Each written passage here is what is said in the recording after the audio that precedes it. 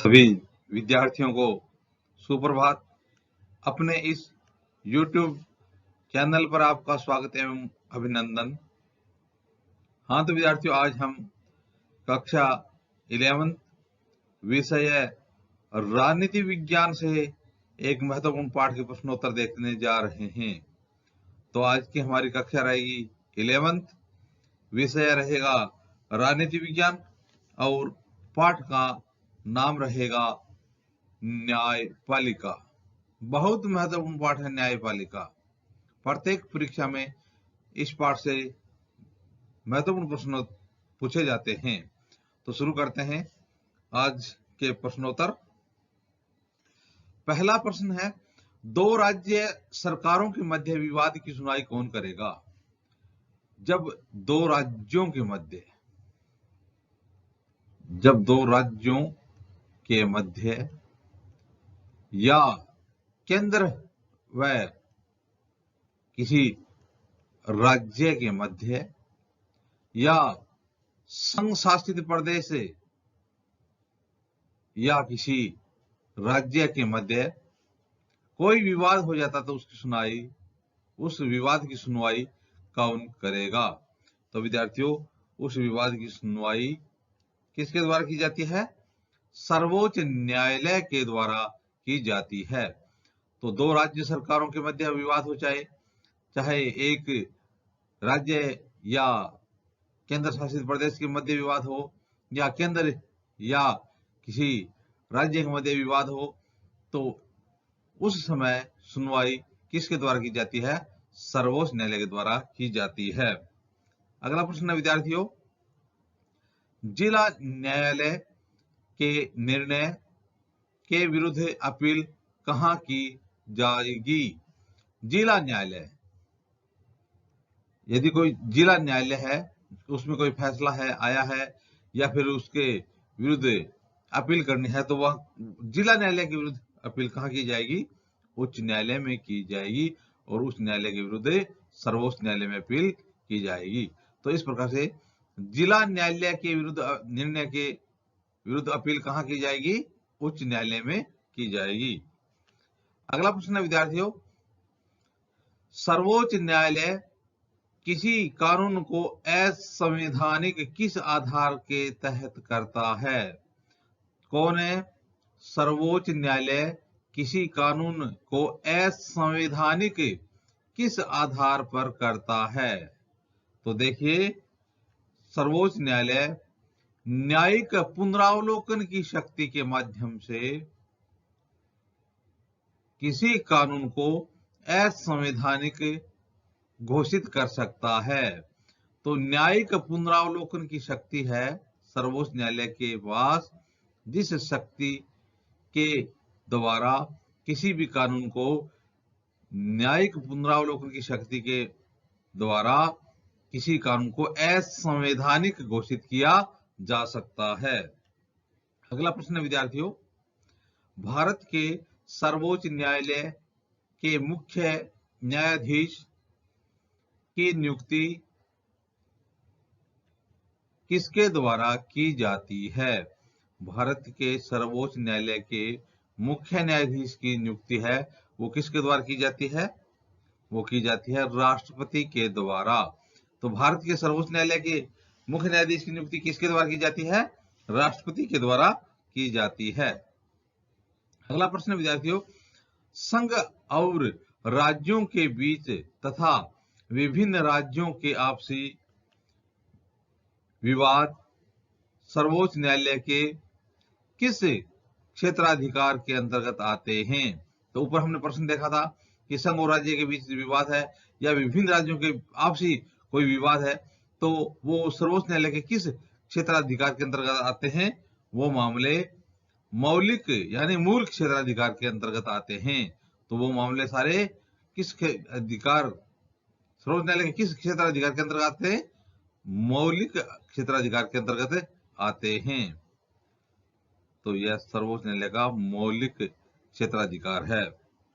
अगला प्रश्न है विद्यार्थियों, कोई व्यक्ति उच्च न्यायालय के निर्णय के विरुद्ध सर्वोच्च न्यायालय में किस क्षेत्राधिकार के अंतर्गत कर सकता है?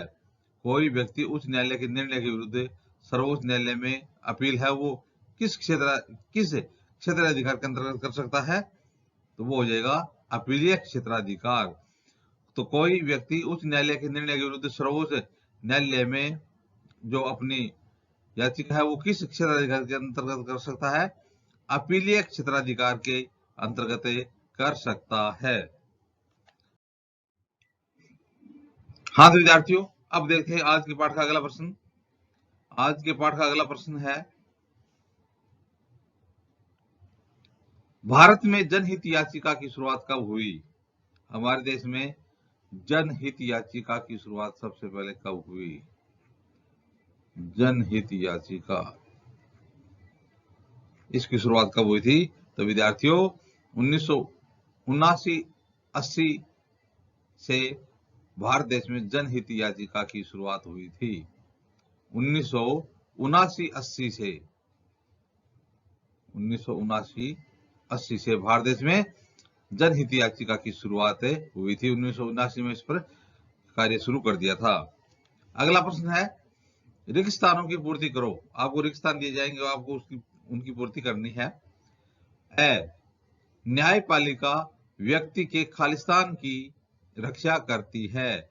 तो न्यायपालिका होती है वो व्यक्तियों के किनकी रक्षा करती है? अधिकारों की रक्षा करती है। तो न्यायपालिका व्यक्ति के खालिस्तान की रक्षा करती है, न्यायपालिका व्यक्ति के अधिकारों की रक्षा करती है। अगला रिक्त स्थान है, खालिस्तान के रूप में नियुक्त होने के लिए किसी व्यक्ति को वकालत का अनुभव या कानून का विशेषज्ञ होना चाहिए। खालिस्तान के रूप में नियुक्त होने के लिए किसी व्यक्ति को वकालत का अनुभव या कानून का विशेषज्ञ होना चाहिए। तो रिक्त स्थान में आ जाएगा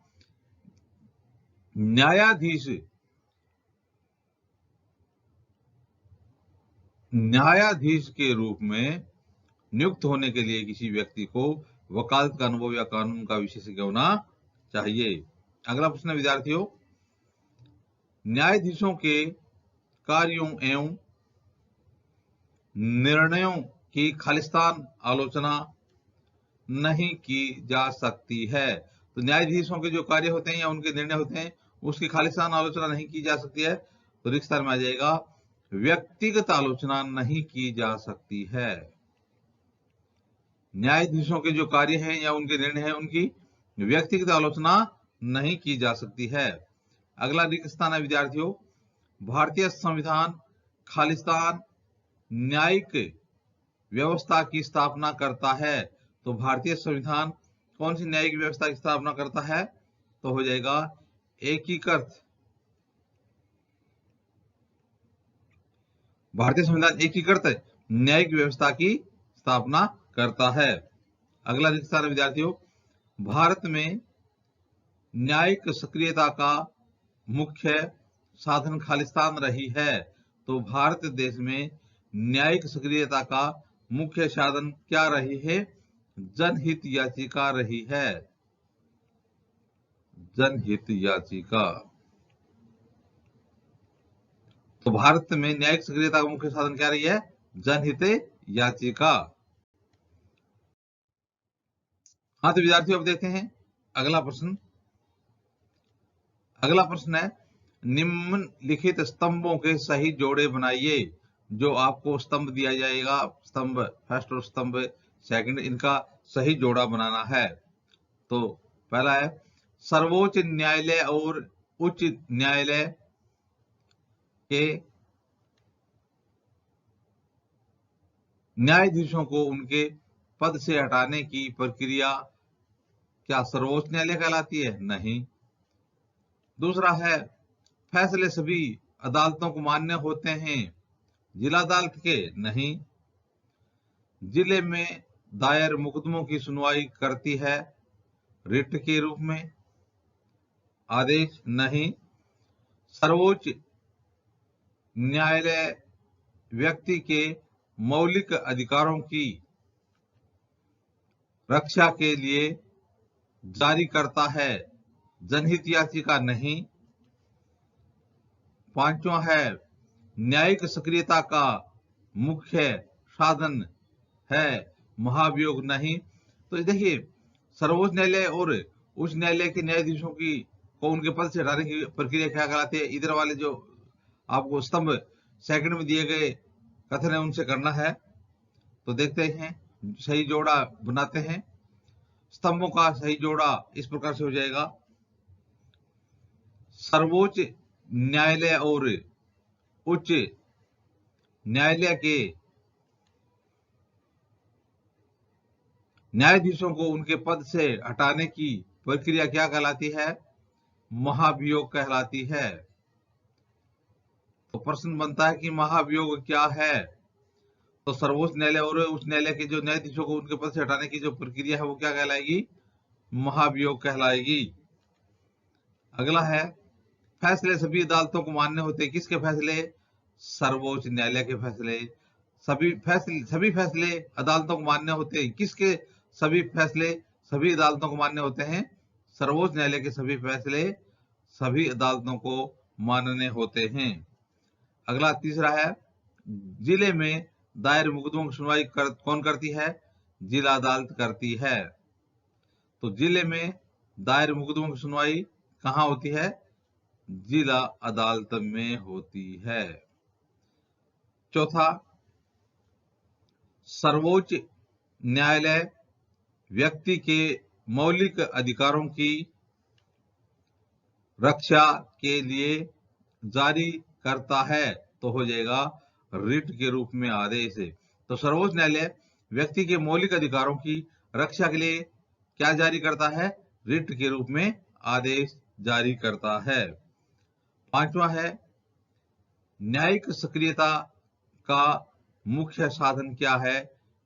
न्यायिक सक्रियता का मुख्य साधन है जनहित याचिका। जनहित याचिका। तो न्यायिक सक्रियता का मुख्य साधन क्या है? न्यायिक सक्रियता का मुख्य साधन है जनहित याचिका। हाँ, तो विद्यार्थियों, आप देखते हैं न्यायपालिका नामक पाठ का अगला प्रश्न। अगला प्रश्न है, भारत का सर्वोच्च न्यायालय कहाँ स्थित है?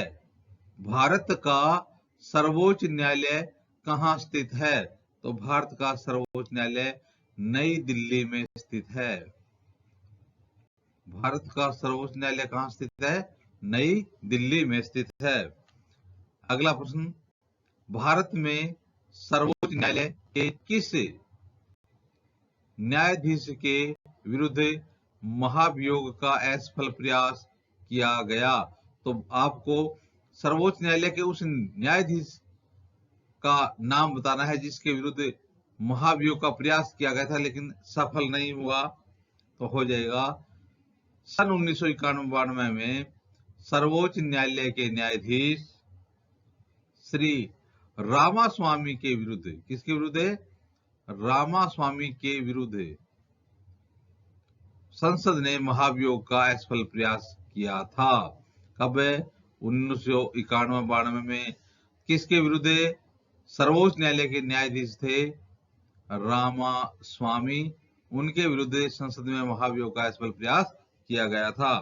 अगला प्रश्न है विद्यार्थियों, जनहित याचिका क्या है? जनहित याचिका क्या है? जनहित याचिका। तो देखिए विद्यार्थियों, जब पीड़ित लोगों की ओर से दूसरों द्वारा जनहित के मुद्दे के आधार पर न्यायालय में याचिका की जाती है तो उसे ऐसी याचिका को जनहित याचिका कहा जाता है। जब पीड़ित लोगों की ओर से, यानी पीड़ित लोग खुद याचिका दायर न करके उनकी ओर से दूसरे द्वारा जनहित के मुद्दे के आधार पर न्यायालय में याचिका की जाती है, उसे क्या कहा जाता है? उसे जनहित याचिका कहा जाता है। अगला प्रश्न है विद्यार्थियों, न्यायपालिका की कौन सी नई भूमिका न्यायिक सक्रियता के नाम से लोकप्रिय हुई। किसकी? न्यायपालिका की एक नई भूमिका थी जो किस नाम से प्रसिद्ध हुई? न्यायिक सक्रियता से।